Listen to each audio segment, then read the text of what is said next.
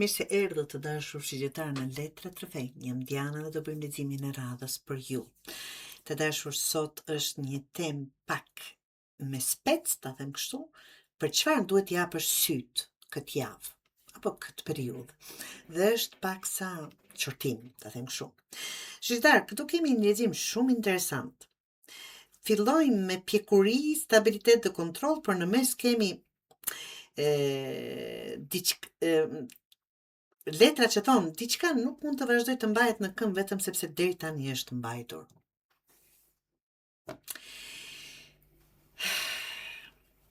Këtë javë duhet japësh syt, sidomos për atë që nuk përputhet. Çfarë thot dikush dhe çfarë bën? Çfarë po paguan dhe çfarë po merr? Sa energji po investon dhe çfarë rezultati po del? Çfarë po toleron vetëm që të mos krijosh problem?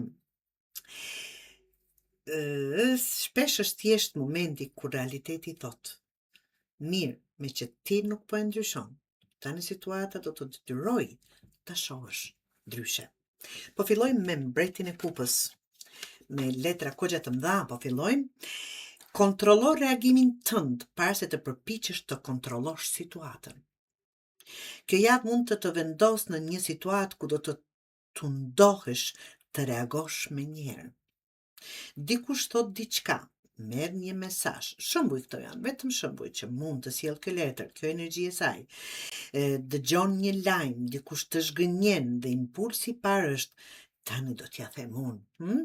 Mos. Të paktën jo më njëherë.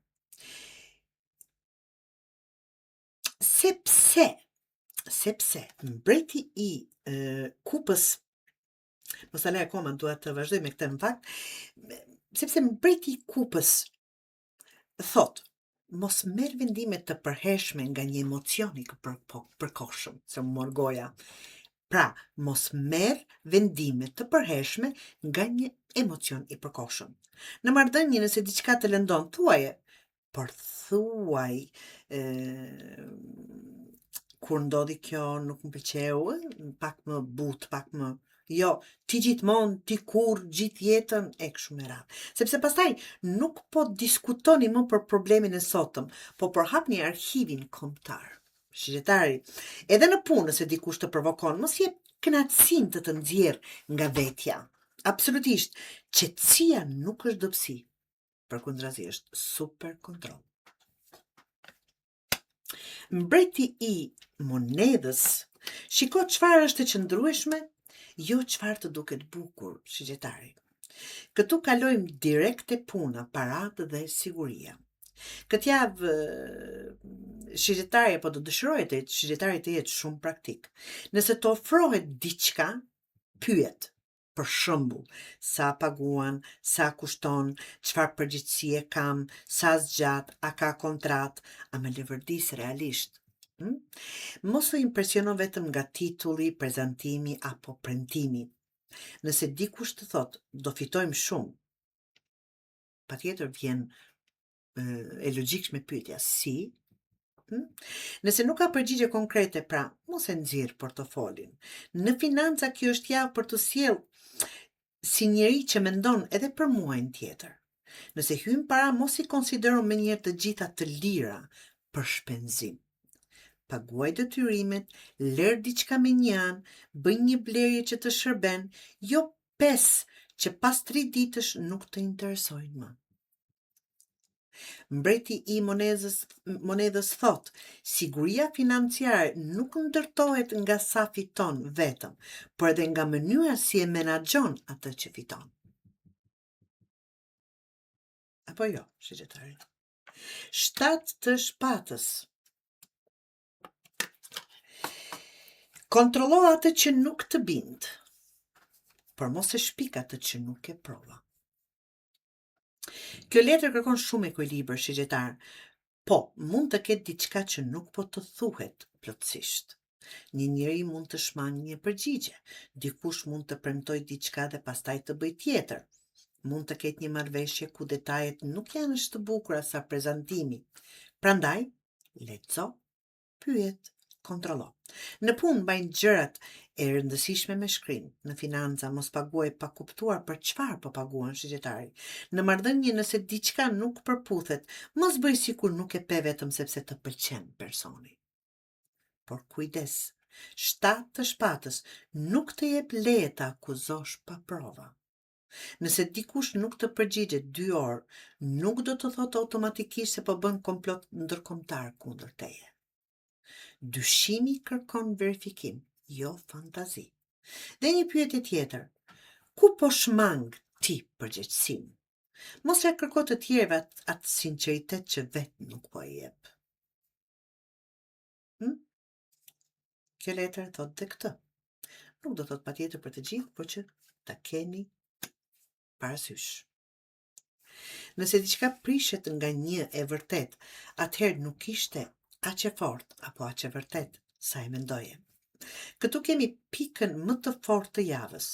Mund të dalë një informacion, mund të ndryshoj një plan, mund të prishet një marrëveshje, mund të ketë një bisedë që ndryshon mënyrën si e sheh një person.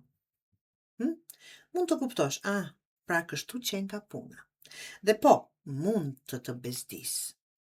Por, kulla, ka një këshill shumë praktike.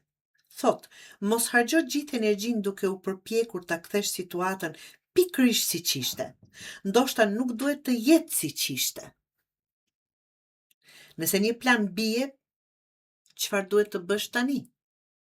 Pas kësaj, nëse një njeri të zhgënjen, shiko informacionin që të dha sjellja e tij. Nëse një punë ndryshon, përshtatu shpejt. Nëse del një shpenzim i papritur, mos bëj panik. Shiko çfarë mund të shtyhet dhe çfarë duhet paguar. Nëse një e vërtet prish një marrëdhënie, mos e fajso të vërtetën. Problemi ka qenë aty, edhe para se ta merrje vesh. Kjo është shumë e rëndësishme, pra, shigjetari. Faqe e kupës.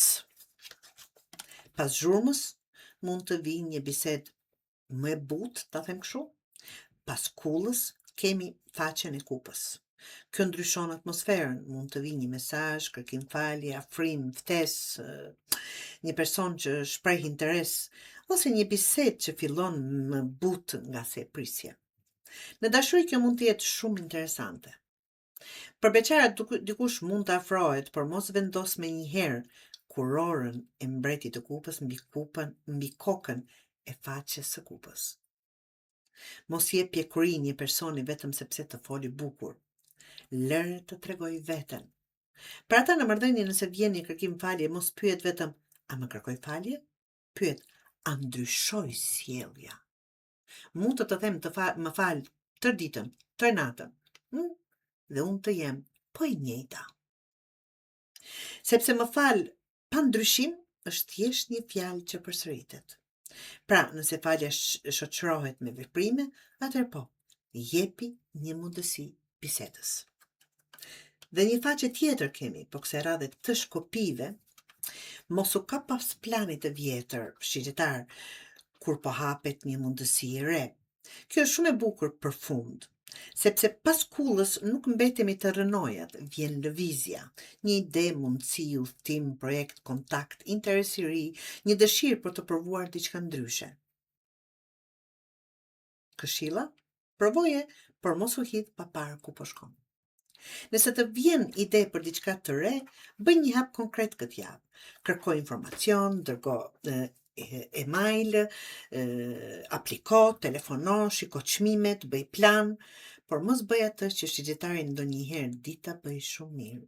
Të emocionohet të hënën, të blej gjithçka të martën dhe të premten të ketë një ide tjetër. Faqja e shkopive të jep shkëndijën, energjinë. Ti duhet t'i japësh vazhdimsinë. Për çfarë duhet t'i hap syt? Shigjetari, për faktin se ajo që prishet nuk është gjithmonë humbje, dhe ajo që fillon bukur nuk është automatikisht e sigurt. Mbreti i kupës mos reago me nerva. Mbreti i monedhës shiko faktet, paratë dhe stabilitetin. Shtatë të shpatës kontrollo atë që nuk përputhet. Kulla, mos u ka pas diçkaje vetëm sepse ke frikë nga ndryshimi, sepse po sjell ndryshime. Faqet e kupës, dëgjë fjalët por shiko dhe sjelljet. Faqe shkopive, kur të hapet një rrugë e re, provoje me mend në kokë. Do thotë të keni më shumë siguri. Dhe qurtimi kryesor, ta them kështu, për shigjetarin, mos e quaj spontanitet çdo vendim që nuk ke menduar mirë.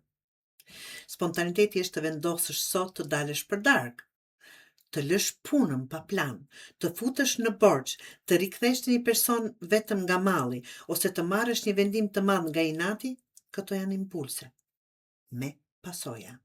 Dhe këtë javë duhet ta dish ndryshimin.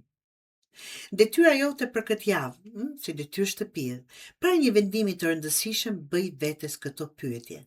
Çfarë di me siguri? Çfarë vetëm po më premtohet? Çfarë rrezikoj? Çfarë fitoj? Dhe nëse plani nuk funksionon, cili është plani B? Pastaj vepro. Sepse kjo javë nuk të kërkon të kesh frikë nga ndryshimi, të kërkon të mos hysh në ndryshim me sy mbyllur. Kur e vërteta të prish një plan, mos u zemro me të vërtetën. Ndërton një plan më të mirë.